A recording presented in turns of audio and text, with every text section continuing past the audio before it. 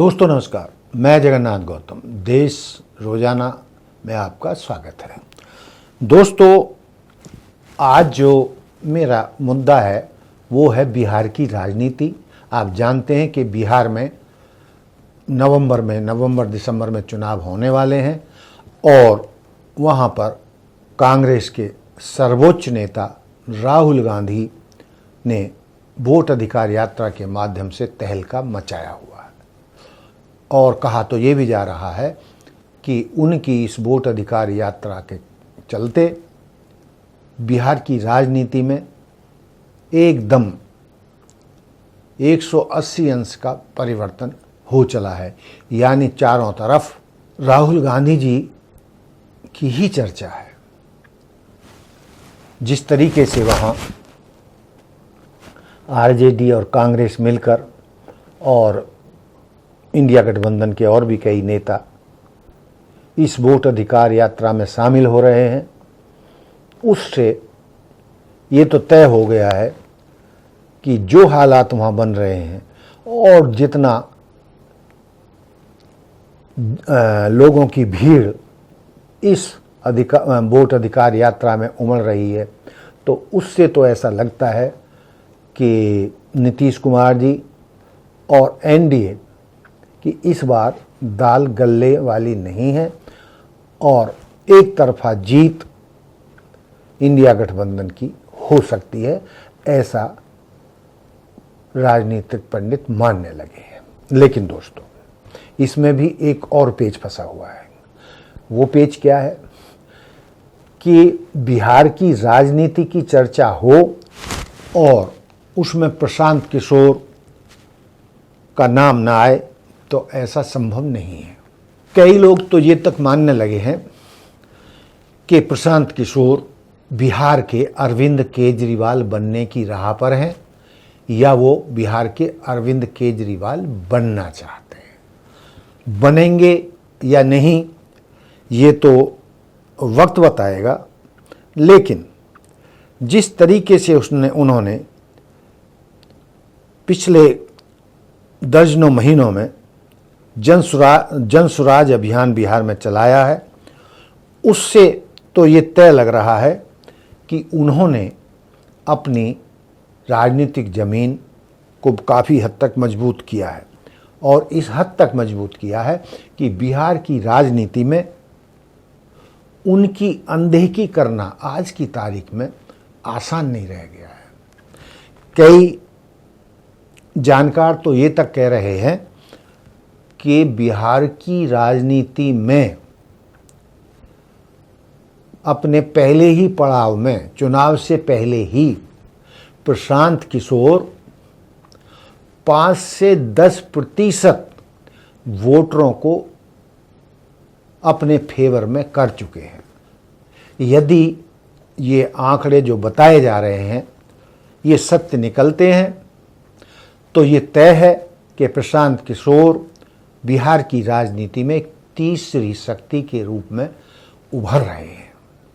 जहाँ तक बात अरविंद केजरीवाल या आप पार्टी बनने की है, वहाँ पर कई लोग मान तो रहे हैं कि भाई हाँ उस तरफ वो बढ़ रहे हैं, लेकिन दिल्ली का जो मॉडल है आप पार्टी का और बिहार, उसमें कई मौलिक मतलब अंतर हैं। दिल्ली एक शहर और राज्य है, रहा है जिसमें अरविंद केजरीवाल के लिए राजनीतिक सफलता किसी हद तक आसान रही, जबकि बिहार बड़ा और जातीय समीकरणों वाला राज्य है जहां नई पार्टी खड़ी करना बहुत कठिन चुनौती वाली बात है। लेकिन उसके बावजूद ये तो लोग मानने लगे हैं कि प्रशांत किशोर बिहार के में केजरीवाल बनना चाह रहे हैं, लेकिन बिहार की सामाजिक और राजनीतिक परिस्थितियां दिल्ली जैसी नहीं है, इसलिए सफलता पाना उनके लिए कहीं ज़्यादा चुनौतीपूर्ण साबित हो सकता है। वैसे जिस तरीके से ज़मीनी स्तर पर जो प्रशांत किशोर ने अपनी जन स्वराज यात्रा शुरू की है। पीके अक्टूबर 2022 से एक 3 वर्षीय पदयात्रा उन्होंने शुरू की, जिसमें वे 5000 से अधिक गांवों में पहुंचे, ग्रामीणों की समस्याएं सुनी और उनका संदेश लोगों तक पहुंचाया।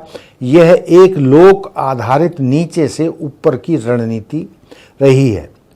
कई जगहों पर खूब लोग इकट्ठा हुए, भीड़ इकट्ठी हुई, जैसे सीवान के मैरवा में, जहां उन्होंने सीधे सवाल पूछे, आपने वोट किसके नाम दिया है, और लोगों को सोचने पर मजबूर किया। राजनीतिक रणनीति और मंच की तैयारी। पार्टी का गठन 2 अक्टूबर 2024 को हुआ। तब से अब तक जन स्वराज पार्टी में जो लोग जुड़े हैं वो बहुत मजबूती के साथ जन स्वराज पार्टी को आगे लाने के लिए काम कर रहे हैं। 2025 विधानसभा चुनावों में पार्टी बिहार की 243 सीटों पर, यानी टोटल सीटों पर अपने उम्मीदवार उतारने जा रही है, जिनकी चरणबद्ध रूप से घोषणा की जाएगी। पीके का दावा है कि बिहार में अब जाति धर्म आधारित वोटिंग बदल रही है। इस बार लोग शिक्षा, स्वास्थ्य जैसे मुद्दों पर वोट करेंगे। उनकी पार्टी वोट करने का खुला स्वीकारोक्ति करती है, पर यह कट वोट सत्ता व विपक्ष दोनों के लिए होगा, यानी वो इंडिया गठबंधन और एनडीए दोनों की वोट काटने जा रहे हैं, यानी उन दोनों को क्षति पहुंचाएंगे। उनको क्षति पहुंचाकर वो कितना राजनीतिक लाभ ले पाएंगे, ये आने वाले समय में ही पता चल पाएगा। पीके ने एक और दावा किया है कि बिहार में 60% से ज़्यादा लोग बदलाव चाहते हैं और जन स्वराज को विकल्प के रूप में देख रहे हैं। पार्टी प्रवक्ता आनंद मिश्रा ने भी कहा है कि हम 243 में से 130 से 135 सीटों पर जीत हासिल कर सकते हैं। हालांकि ये उनका दावा कितना सही होगा, इस पर तो कोई भविष्यवाणी नहीं की जा सकती, लेकिन पीके मान कर चल रहे हैं कि जिस तरीके से अरविंद केजरीवाल ने दिल्ली में धमाका किया था, दिल्ली की राजनीति में धमाका किया था, और किसी ने सपने में भी नहीं सोचा था कि वो इतने अपने एमएलए लाकर, 2/3 से भी ज़्यादा एमएलए लाकर दिल्ली की राजनीति में धमाका करेंगे। उसी तर्ज पर पीके कह रहे हैं कि उनकी पार्टी बिहार में 243 में से 130 से 35 सीटों पर चुनाव जीत सकती है। तो दोस्तों, अभी हाल में तो ये मानने को तैयार नहीं है कि पीके की पार्टी 130-35 सीट जीत जाएगी। लेकिन दोस्तों, कब क्या हो जाए, जब अरविंद केजरीवाल दिल्ली में धमाका कर सकते हैं कि जो देश की राजनीति का गढ़ है, तो पीके भी बिहार की राजनीति में कोई ना कोई तो धमाका करने वाले हैं। आज नहीं तो कल हो सकता है कि उन्हें इन चुनावों में नहीं तो अगले चुनावों तक इंतजार करना पड़े। लेकिन दोस्तों, मेरी कई वरिष्ठ पत्रकारों से बातचीत हुई है, कई राजनीतिक पंडितों से बातचीत हुई है, तो उन सब का दावा है कि बिहार की राजनीति में पीके की, यानी प्रशांत किशोर की जन स्वराज पार्टी की मजबूत एंट्री हो चुकी है। वो क्या गुल खिलाएगी ये तो चुनावों के बाद ही पता चलेगा, लेकिन वो दिन प्रतिदिन आगे बढ़ रहे हैं, इसमें कहीं कोई शक शुबा की गुंजाइश नहीं है। तो दोस्तों, ये था इस मुद्दे पर मेरा अपने विचार कि प्रशांत किशोर क्या बिहार के अरविंद केजरीवाल बनेंगे। तो दोस्तों, देखते रहिए देश रोजाना।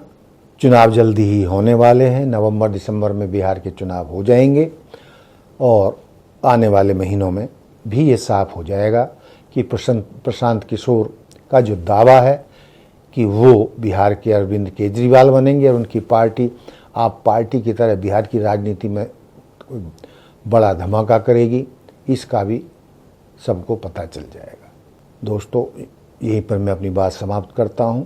हमारे साथ जुड़े रहने के लिए सब्सक्राइब करें देश रोजाना के YouTube चैनल को और नई वीडियो की नोटिफिकेशन पाने के लिए बेल आइकन जरूर दबाएं। अगर आप ये वीडियो Facebook या Instagram पर देख रहे हैं तो पेज को लाइक और फॉलो जरूर करें और ज्यादा से ज्यादा शेयर करें।